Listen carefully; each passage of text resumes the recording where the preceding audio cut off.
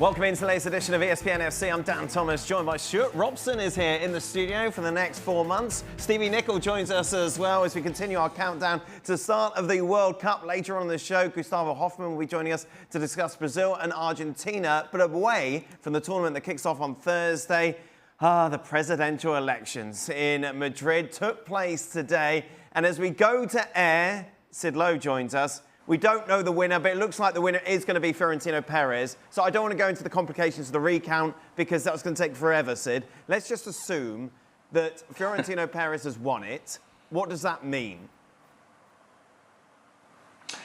Right, well, it means a number of things. The first thing I think is that the exit polls suggest that he's won it with around about 65% of the vote, maybe a fraction higher, maybe a fraction lower. We're still waiting on that. I think that would suggest that he has a pretty strong mandate to continue and to go ahead with his plans to sell off 5% of the club, and from that to see if he can begin this process towards changing the model of the club. So it wouldn't be a model of membership-owned club as such. It would be done in a different way. I think actually 65%, it sounds a very big win, and I suppose on the face of it is a very big win, but I think it's a surprisingly significant result for Enrique Riquelme, a guy that basically no one had heard of 3 weeks ago. For him to get around about 35%, and let's see what the final figures are, I think is quite significant. I think it does suggest a growing...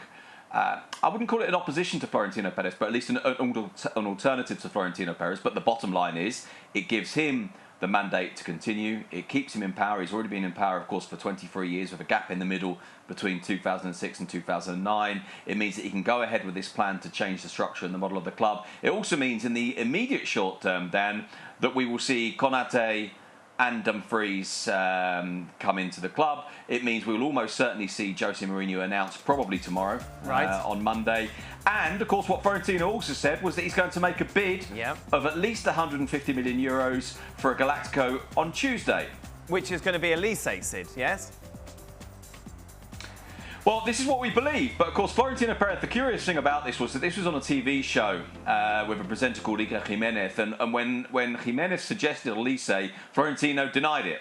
But the very strong evidence points at it being Elise. I don't know if Florentino denied it because he was kind of caught on the hop and kind of didn't know what to say, or if he just doesn't want to point it out yet. But the other thing is, we should remember here that, of course, this is Florentino Perez saying that he's going to make a bid, not him promising that he will get the player, but promising that he will make the bid. Who's going to leave, Sid? This is a very good question. Who's going to leave? Because, of course, if you look at the structure at Real Madrid, bringing in an Elise isn't necessarily a problem because, of course, he plays on the right-hand side, and on the face of it, you could say Elise, Vinicius, Mbappe. That is a hell of a forward line, isn't it? And anyone would want that. But I think there are some doubts about a lot of players. Obviously, we know that Carvajal is going. We know that Dani Ceballos is going. Those two maybe don't matter enormously, although Carvajal is the club captain. I think there is a doubt about what happens up front. And Florentino, during this presidential campaign, which, by the way, I think has been really good for Real Madrid in a way, and it's certainly been good for the fans and for journalists and everyone around, because we're hearing from Florentino Perez, and we've not really heard from him for around about a decade. So we're hearing from him in a different context, and he's having to answer certain questions. Now, that's not to say you always get clear answers, and that's natural, I think, when you're the president of a club. But one of the things he's been asked about was about Vinicius. He's talked about wanting to keep him. He's talked about saying that he doesn't think that there's any hurry, but Vinicius is going into the final year of his contract. So if right now, if your question, Dan, is essentially asking me which of the big two is leaving, and I suspect it kind of was, then right now, of course, logic suggests we're talking more about Vinicius than about Mbappe. So, Sid, on the face of it, this is exactly what the fans wanted. Fresh faces coming in, a mix-up. But the problem is the core problems are still there if you believe what we've seen over the last few months with those big players. Right, OK, so the core problems are still there. Well, at the moment they are. But, of course, let's present the kind of the optimistic Real Madrid fans' view at the moment. The optimistic Real Madrid fans' view is, OK, the core problems maybe are there. For example, some of the gaps in the squad, that there isn't a ball-playing number 5, there isn't someone to build the play, that the problems with Mbappe and Vinicius occupying similar space, the problems with dressing room divisions, some of those issues there about how there hasn't been a solidarity amongst the squad, how there's been very, very significant divides, and all of those things are there right now. Now, the optimistic view, though, says, but those things change when the manager is no longer Arbeloa or Xabi Alonso.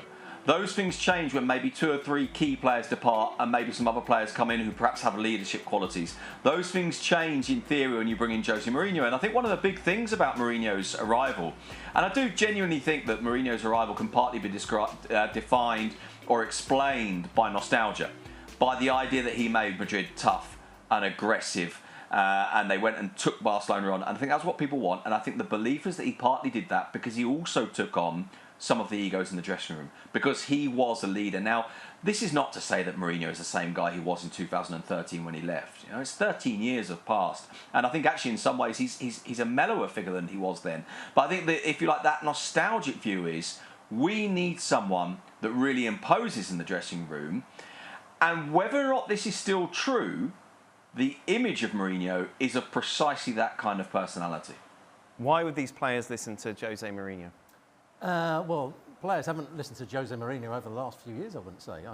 And the style of football that we saw when he was Roma manager, they were real disciplined, the players were real disciplined. He spent most of his time arguing with fourth officials, most of his time arguing with press, most of his time arguing with referees in car parks. That's the Jose Mourinho that we've seen over the last 13 years, or maybe the last 10 years. He went from Roma, he's been into Turkey, he hasn't done particularly well. He did okay at Manchester United, but he isn't the same manager. He isn't the same character he was when he went to Chelsea, when he was at Inter Milan, where he was dominant. And when he made substitutions and when he said things, everybody listened to him. Now, when he says things, people don't listen to him quite so much. When you think of the best man management of this generation, Carlo Ancelotti has to be number one. Yep. He couldn't get these players in the end to listen to him. Correct. So why would Jose Mourinho? What a good question. If only you'd asked it. There really isn't a positive answer to that, because including everybody on our show, I haven't heard anybody turn around and say, this is it. This guy's going to sort it out. We know what he's like. We know what he can do. You know, Sid's been talking about, if you're an ultra positive Madrid fan, he just listed about 4 ifs. And one of the biggest ifs is, will they listen to Mourinho? So you'd have to say probably not. Why? No question, this guy's mellowed. The guy who came in the last time maybe could have sorted it out, but he isn't the same guy. And so it's another if. Can he do it? Every time we sit here and we're talking about Iraola, for example, going into Liverpool, we know what he's going to try and do. We know what he's all about. We've got a really good idea of what he's going to try and do. We've got no clue what Mourinho's going to try. When he went into Real Madrid the first time, he'd had success with in Sporting Lisbon, or Porto, sorry. And then he'd had success with Chelsea. Everywhere he went, he won things. So when he went to Real Madrid, everybody believed everything he said. You know, right. And the football was much better. He was dominant with the press. Everybody loved what he was saying. You know, you believed him. That's not the case. He's going into a club now having not done too well over the last few years. Sid, you can write the headlines, can't you, almost already? First couple of months, stern Mourinho, he's getting a song out of this side, and it's when it all starts to fall apart that it's going to be fascinating to see how it all plays out. Yeah, and it is going to be very interesting to see how this plays out. And I think just to try and answer it in part, at least, one of Stevie's questions there was why would they listen to Mourinho? And I think when we look at the experience of Xabi Alonso, look at the experience of Alvaro Arbeloa, and look at the experience of Ancelotti in the final season, because of course the season before Ancelotti won the Champions League, so I think it would be fair to say he certainly did get a tune out of them then. I think maybe the really big difference with Mourinho is not just about Mourinho, it's about what Mourinho symbolises and what he's got around him. About the fact that this is a manager that, in theory at least, will be given the authority. In theory at least, will be back. This is one of the very few managers that Florentino Perez, the president, has truly believed in, has truly felt a sense of kind of connection with, that he likes that aggressive Mourinho, that he likes that idea of going and taking people on and being tough with it. And I think that one of the differences between Mourinho and Arbeloa and Alonso and Ancelotti, the last 3, is that I think that when Mourinho, for example, let's go to the Classico from earlier this season.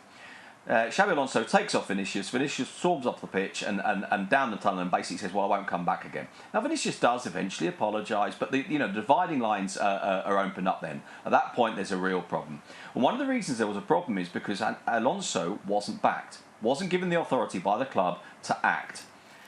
And I think right now, and maybe it'll only happen in the short term, because we know the nature of Real Madrid, we know the nature of the environment.